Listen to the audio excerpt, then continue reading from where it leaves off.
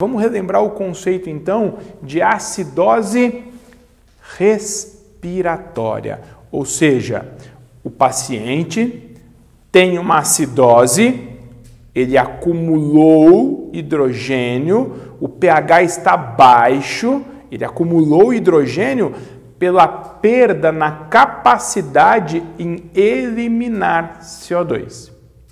Lembrando que são 3 componentes que nós, como clínicos cirurgiões, temos que olhar, sempre 3 componentes que interferem na qualidade da eliminação do CO2. Componente 1, centro respiratório.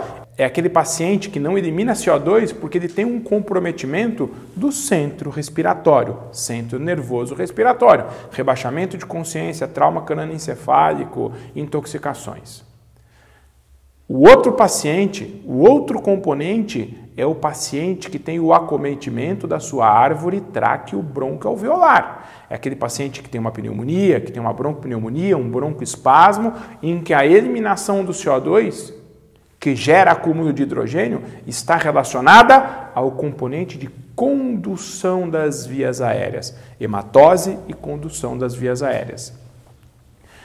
E o componente que nos interessa para essa aula especificamente é o componente parede torácica, ou seja, a qualidade na eliminação do CO2 que gera acúmulo de hidrogênio e acidose respiratória está relacionada à parede torácica. Quais são as situações clínicas que vão interferir na qualidade ventilatória de origem parede ou espaço pleural? A parede torácica, ela é constituída então do arco costal, musculatura, pele e cavidade pleural. Temos que lembrar que nós temos as 2 pleuras, uma pleura visceral, representada aqui por essa linha azul, que é a pleura que fica intimamente ligada ao parênquima pulmonar, ao tecido pulmonar. E nós temos a pleura parietal. Parietal vem de parede, é aquela pleura que está aderida à face interna da parede do tórax. A essa pleura, nós damos o nome de pleura parietal. Entre as 2 pleuras, aqui representado por um grande espaço, mas que é virtual, que na realidade não é dessa maneira, um espaço quase que de um filme microscópico.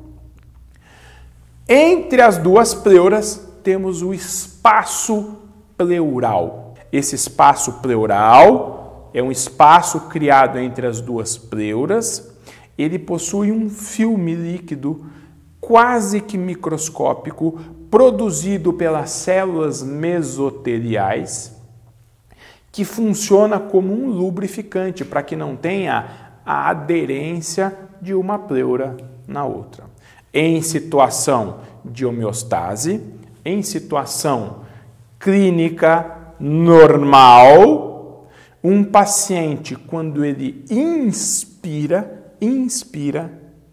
ele cria uma contração do músculo diafragmático e cria-se uma pressão negativa no espaço pleural.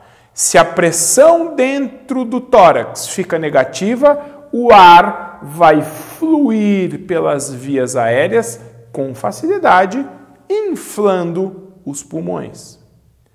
No momento da expiração, cria-se uma pressão positiva no espaço pleural, fazendo com que o ar seja eliminado pelas vias aéreas. Então, os movimentos ventilatórios são criação de pressão negativa com o ar fluindo para dentro dos pulmões e a criação da pressão positiva com o ar fluindo para fora dos pulmões. Chicão, tudo bem. Até aqui está tudo certo.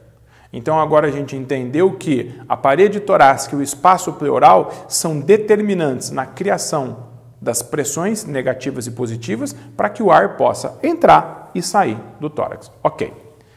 De que forma essa condição fisiológica normal pode ser modificada, pode ser alterada por uma afecção, por um trauma, a ponto de interferir na quantidade de ar que entra e que sai do tórax?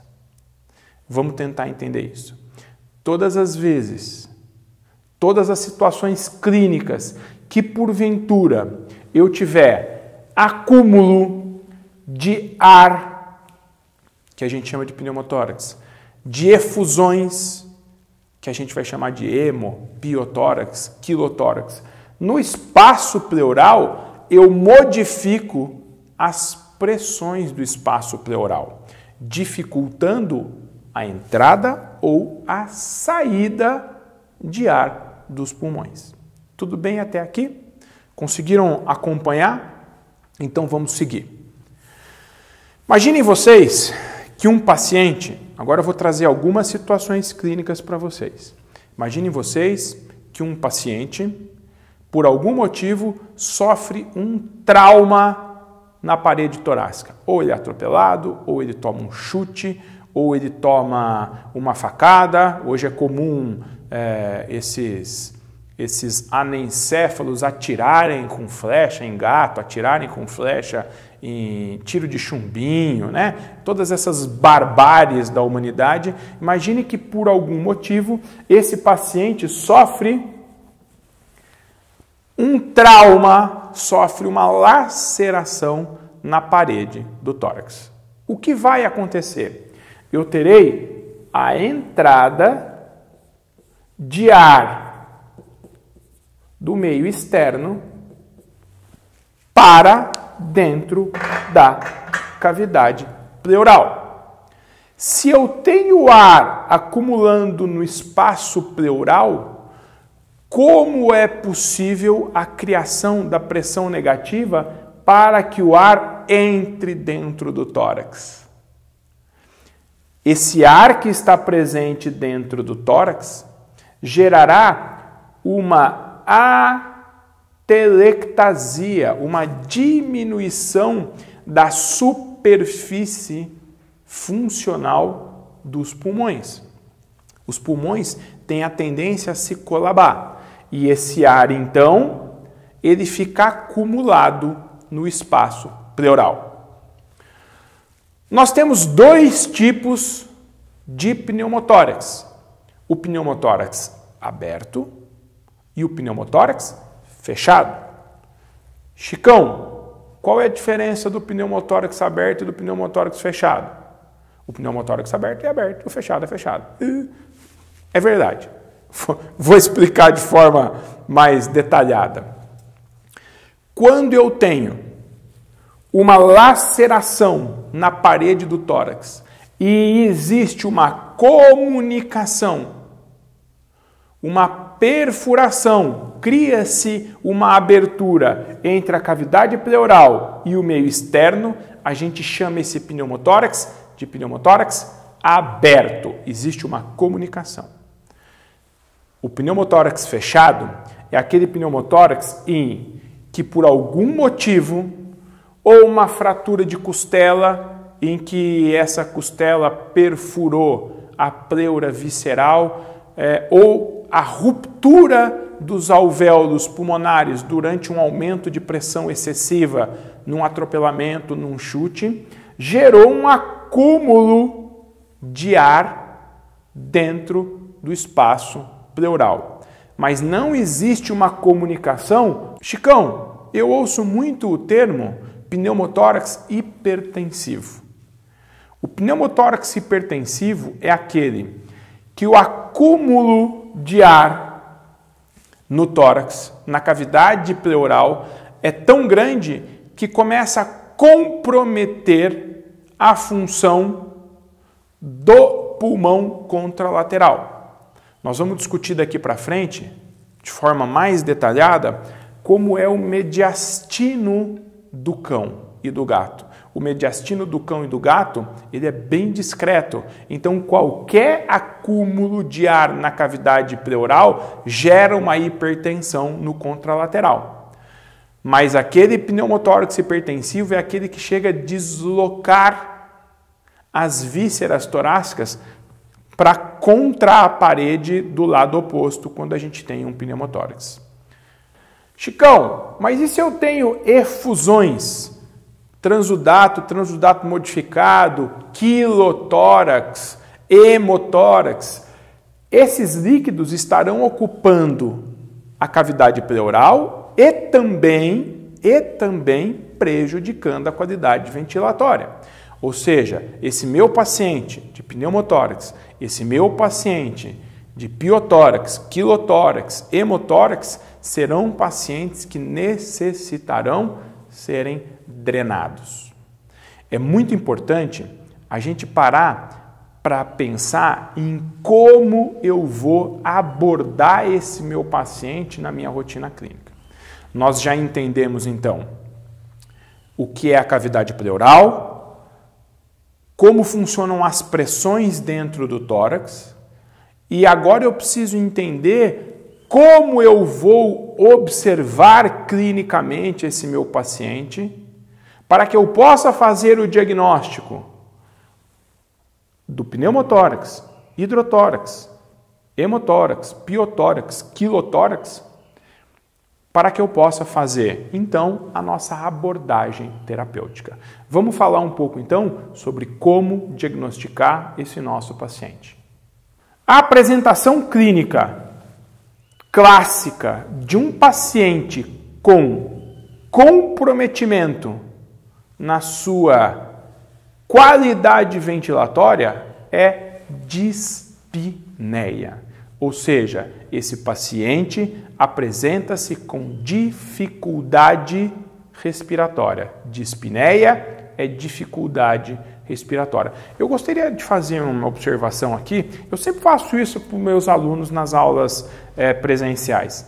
O termo respiração ele é mais adequado para a função celular, respiração celular. Quando a gente fala de função pulmonar, a gente fala de ventilação. Às vezes eu coloco respiração, está tudo certo entre a gente. Qual é a apresentação clássica, então? É dificuldade ventilatória, dificuldade respiratória, dispneia. O paciente, geralmente, que entra com dispneia, a gente vai ter uma atenção muito especial para com ele. Ele é um paciente emergencial. Todo paciente que ventila mal, ele é um paciente emergencial. Porque se vocês lembrarem do nosso algoritmo das emergências, eu primeiro atendo as dificuldades de ventilação relacionadas às vias aéreas, depois as relacionadas à ventilação. O paciente que ventila mal, ele é uma emergência. E esse paciente que ventila mal precisa ter uma atenção especial no seu exame físico inicial. Você tem que ser rápido e preciso. O que você espera encontrar num paciente que respira mal? Quem ventila mal, ventila mais. E agora a gente já sabe, do ponto de vista da bioquímica, por que quando ele ventila mal, ele ventila mais. Se ele ventila mal, responda para o tio Chico, como está a eliminação de CO2? Está baixa. Ele está fazendo acidose de origem respiratória. Se ele está eliminando pouco CO2, qual que é a tendência do organismo? Todas as vezes que eu acidifico o sangue, a tendência do organismo é mandar uma mensagem para aumentar a quantidade de ventilações. Então, o paciente dispneico, geralmente, ele é taquipneico, ele tem aumento da frequência ventilatória. As novas gerações estão se esquecendo de como fazer um bom exame físico. Então, esse paciente, eu preciso olhar ele, eu preciso, ao escutar ele, perceber que ele está ventilando mal e ventilando mais. 90% dessas dispneias de origem torácica, o paciente tem dificuldade na expiração, não na inspiração. Então, eu tenho uma inspiração facilitada, mas eu tenho uma expiração dificultada. Então, olha quantos elementos a gente já ganhou para o nosso exame físico. Ele é um paciente que chega com histórico de trauma, ele é um paciente que chega com dispneia, taquipneia expiratória. E na ausculta, Chicão, o que eu vou, na hora de eu colocar o meu estetoscópio no tórax, o que eu vou auscultar? Vem comigo aqui na lousa. O que nós escutamos normalmente no tórax de um paciente rígido, saudável? Nós vamos auscultar a passagem do ar nas vias aéreas e a movimentação dos pulmões com relação à entrada e saída de ar. Ou seja, todas as vezes que eu tenho líquido nos alvéolos, que eu tenho líquido nos bronquíolos, que eu tenho líquido ou secreções nas vias aéreas, eu tenho mudança nos padrões de auscultação. Se eu coloco num paciente rígido o meu estetoscópio aqui na parede e eu capto com maior facilidade esses sons, então eu estou lá com o meu esteto e estou auscultando. Quando eu tenho o afastamento da víscera, do pulmão, da parede torácica, ou seja, o órgão a ser auscultado está longe da parede, a tendência é que esse som esteja diminuído. Nas efusões, no pneumotórax mais grave, em que o pulmão está muito colabado, eu vou ter ausência de ruídos intratorácicos. É aquele tórax praticamente sem som. Ele é mudo. Mesmo as batidas do coração ficam diminuídas, difíceis de ser auscultadas. Por quê? Porque o pulmão colabado sobre ele dificulta a auscultação dos sons cardíacos. Então, é aquele paciente que eu vou colocar o esteto, eu não vou auscultar muito nada. Eu, junto com o histórico de trauma, junto com as minhas informações de taquipneia, dispneia, expiratória, eu estou diante de um paciente que tem uma coleção de líquido ou de ar no espaço pleural. É essa a apresentação clínica de um paciente com acúmulo de conteúdo no espaço pleural. Aí você vai me falar, mandei bem, Chicão, vou chegar no meu plantão lá, agora, segunda noite, e já vou pegar um paciente desse, vou encaminhar para o raio-x. Não, cabeçudo, não! O nosso paciente dispneico não vai para o raio-x. Raio-x é onde os nossos pacientes morrem. Por quê? Porque ele já está ventilando com dificuldade. E se você lembrar do último paciente que você atendeu e ele tinha dispneia, ele assumia na mesa de consulta uma posição que a gente chama de ortopneica. Ele está em decúbito external, com o pescoço esticadão, para facilitar a passagem do ar. E aí o que você, cabeçudo, estrupício, vai querer fazer? Vai querer botar ele em decúbito lateral na mesa de raio-x. E aí ele vai parar, porque ele não consegue ventilar dessa maneira. Então, o diagnóstico e a abordagem desse nosso paciente é aonde? Na nossa mesa de emergência. Ele pode ir para o raio-x sim, mas depois do manejo desse tórax, depois de uma toraxentese, que é o assunto da nossa próxima aula. Beleza? Então vamos lá, apresentação clínica do paciente com coleção, com ar, com líquido no espaço pleural. Dispneia, taquipneia, expiratória. Ausculta, nada. Vou tentar auscultar, não ausculto nada. O que nós vamos fazer? Toraxentese. E agora eu pergunto para você, que você já é expert em conhecimento bioquímico do controle do pH do organismo. Se eu te perguntar, o que você espera da hemogasometria desse paciente? Eu tenho um paciente que tem pH baixo e que tem dificuldade de eliminar CO2. Então, a pressão parcial de CO2 no sangue estará alta. Beleza? Espero que vocês tenham gostado dessa aula e nos vemos então na próxima aula de como fazer o manejo terapêutico e cirúrgico do pneumotórax. Um grande abraço para vocês.